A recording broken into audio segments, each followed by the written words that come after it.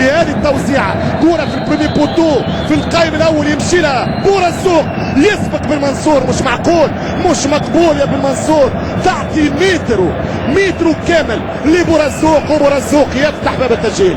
واحد ودعوه للسماء، الله كون معانا يا رب السماء. شوف الكره، شوف الاخيره، شوف اسماعيل جوحه يغلط في ناحيانه، اللي يجري يحطها ضاعت هنا، فقدت الامل. الدربالي يعيدها، اللي يجري يعاود يضيعها، والشمام يسجل جول. التعادل التونسي للترجي الرياضي، هدف لهدف، هدف لهدف. في دقيقة 100، في دقيقة 100 الترجي يتعادل امام الماس. خلاص سيطلق الحكم بنهاية الصافرة، والترجي سيلعب ركلات الترجيح. اي معاناة.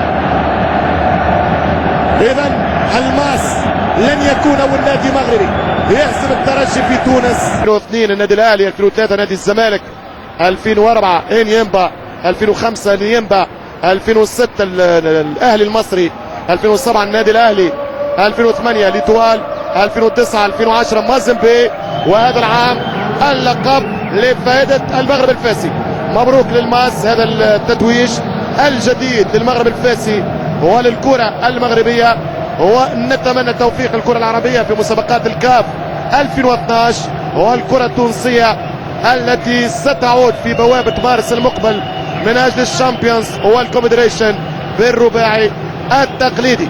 هكذا إذا على صورة أفراح على الأشقاء المغاربة. أنا في استاد رادس نقول ودعكم ونقول لكم إلى اللقاء في انتظار مواعيد رياضية قادمة.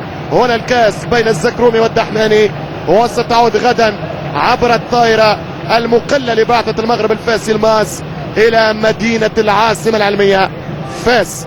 ألف مبروك للماس، وحظ أوفر للترجي التونسي في قادم المواعيد القارية. الآن نعود للاستوديو مع الزميل معز.